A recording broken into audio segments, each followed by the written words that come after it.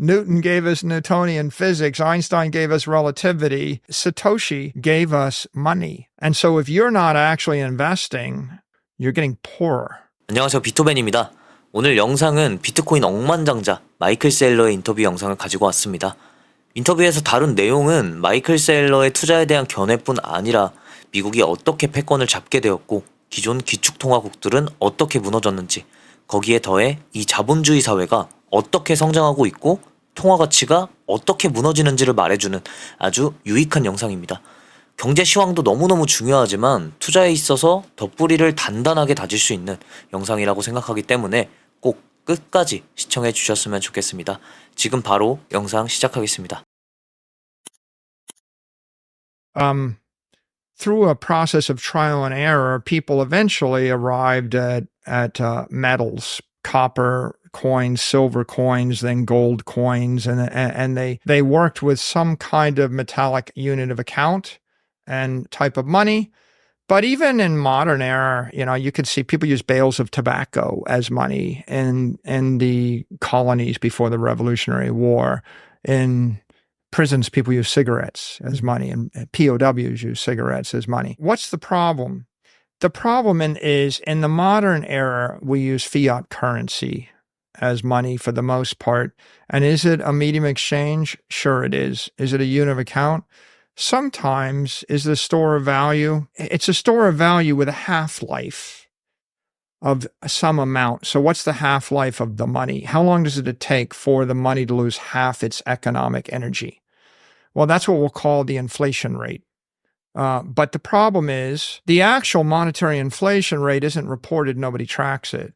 So if you actually have $1 million of capital and you invest it in the dollar and you hold it there for 100 years, the dollar supply increases 7% a year on average over 100 years, which means that your capital loses half its value every 10 years. And over the course of 100 years, you're cut in half 10 times, which means that you start with $1 million and you end up losing 99.9% of the $1 million. It gets worse if it's in a weak currency like the peso. In that case, you'd lose 99.9% of your capital in 20 years. So what is capital? Economic energy, purchasing power. Most of the time when people think about money, they think about currency, but currency is an awful way to store your economic energy. So you can't really hold money very long. And then when they think about the inflation rate, they always focus upon the CPI, Consumer Price Index. That's just it's just a manufactured synthetic metric. And what is it? The establishment would have you believe that CPI is the rate at which consumer prices increase, and that's what you ought to be concerned about. Neither of those statements are necessarily true. Those premises are wrong. It's not the rate at which consumer prices go up, and it's not the rate you should be concerned about. So conventional wisdom is people accept the conventional definition of money. They accept a certain asset as money that's not really money, and then they accept conventional definitions of inflation as being relevant and proper, which is neither. And then that causes them to make a whole host of mistakes, like, I'm going to give you 4% interest in your bank account. The CPI is only 2%, or our target is 2%. If you're getting 4%, then you're staying ahead of inflation. Well, what if the real monetary expansion rate is 12% and I'm giving you 4% or 3% after tax? Well, you're actually losing 9% of your wealth every year that you actually have your money in the bank. And I think it's just really important for people to understand what's the true inflation rate, or what does inflation even mean? The number that matters if you want to either get wealthy or stay wealthy or live a decent life is the rate of expansion of the currency supply. And if the currency supply in US dollars is expanding at, say, 10% a year, then that means you can expect every scarce desirable asset that anybody with money in America or anybody with money with dollars in the world is going to want to buy. It's going to go up at a rate of 10% a year or more. And so if you're not actually investing growing your cash flow, growing your assets via that number, you're getting poorer, right? You're not getting wealthier. You should care about is going up in price. The true inflation rate, or I'd say the currency debasement rate, the monetary inflation rate is the rate at which the supply of currency is increasing. Right, which would be about 7 to 10%. That's 7 to 10%, might even be more. I mean, you can actually trace over 100 years about 7%, but in the past 20, 30 years, it looks like more like 10% in US dollar terms. And weaker currencies, 14%. And the weakest currencies, 20 to 30% a year. Do you think that's going to stop anytime soon? No, it's impossible for it to stop, because governments everywhere in the world just spend more money than they take in taxes. And so the temptation is always just to print money to pay bills, either to fight wars, or to implement government policy. If I'm going to forgive student debt, if I'm going to fight a war, if I'm going to implement a medical policy, if I'm going to, pay a bureaucracy, I have to come up with money to do it. How long is that sustainable for? It depends on which currency you're printing. I guess let's talk about the dollar. Well, let's talk about ones that are simpler. Let's talk about El Salvador. Okay. If you have a small country and you print your currency and you get into a civil war, you print a lot of currency. Well, when you print that currency, the currency collapses. And so normally it's sustainable for about 4 to 8 years in the event of a real war. When does that happen in the U.S.? It happened in most colonies before the Revolutionary War. They all collapsed their currency every 40 years or so. It happened to the United States Continental Congress. Have you ever heard the phrase, it's not worth the continental? During the Revolutionary War, the United States government printed its own money, greenbacks, and I think they just printed continentals, and they expanded the currency supply by a factor of 200. And so the entire currency collapsed, and everybody that took those things was bankrupt by 1785 or something. So in the event of a war, your currency collapses pretty quickly. The losing side in World War I, the currency collapsed. And between 1914 and 1917, the currencies in France and the UK were about to collapse. The only thing that saved them was the U.S. entry into the war. So generally, in the event of a war, why do wars last 5 years? Because if the government's printing money as fast as they can, it takes about 5 years to suck all the economic energy out of the society. In the Civil War, the North printed greenbacks. They collapsed, and they were almost worth nothing by the end of the Civil War. The South printed their currency, that collapsed by the end of the war. So in wars, the currency can collapse in 5 years. If you take Argentina's collapsed their currency about every 20 or 25 years for the past 150 years. About 20 years. Sure. So the Argentine peso was 1 peso to the dollar about 25 years ago. It's 1,000 pesos to the dollar right now. U.S. won every war in the last 100 years. We are actually the strongest nation for the past 100 years. So we're the victor. We're the world reserve currency. So what has the U.S. dollar done?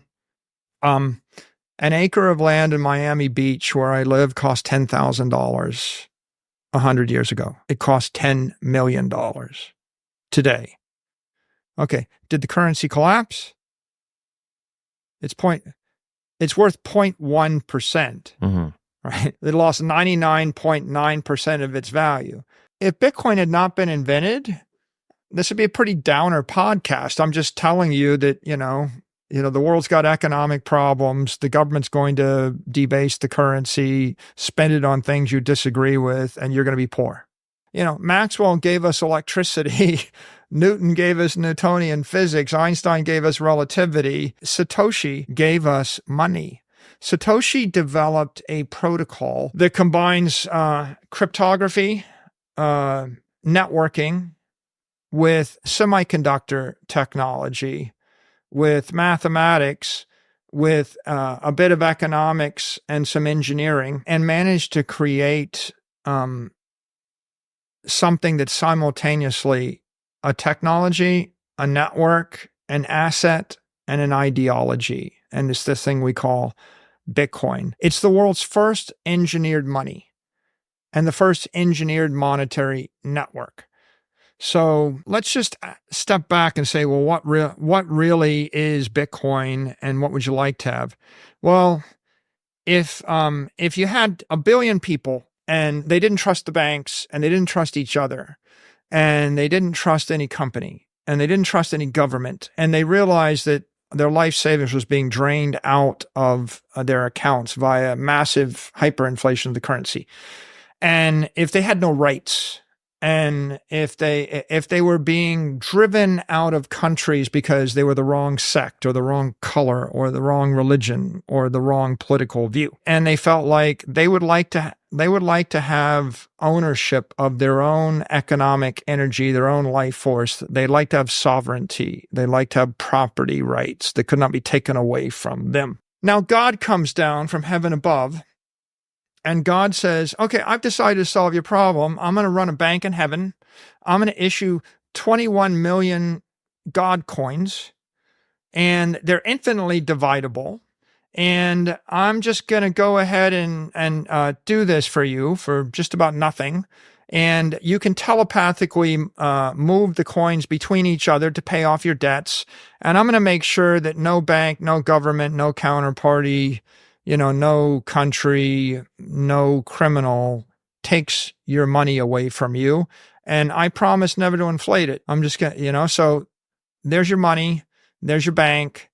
It's a bank in heaven, right? And a person can hold a gun to your head, but you've got the money in your head, and the angels will, protect you. They might murder you, but they're not getting your money. So if I thought about that, I'm thinking, okay, God is going to run an honest bank for me.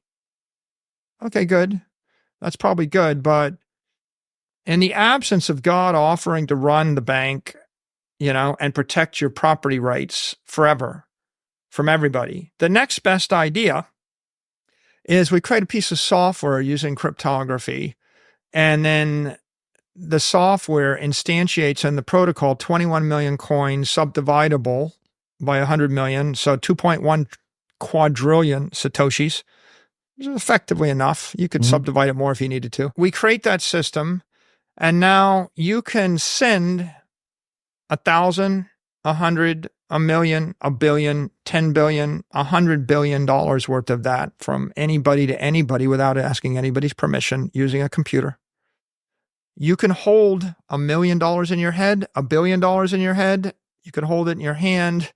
If you know you're going to get arrested, you can just zap it to your sister in Singapore. If you don't trust the bank in New York, you can put it with the bank in London, right? And if you don't trust any bank, you self-custody. That's Bitcoin. And let's say you don't, so who's going to run the software?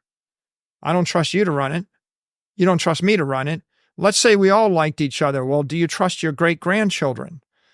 Nobody trusts anybody. So how do you create an anti-fragile, fault-tolerant, self-correcting, self-healing system that will run forever? And the answer is everybody runs the software.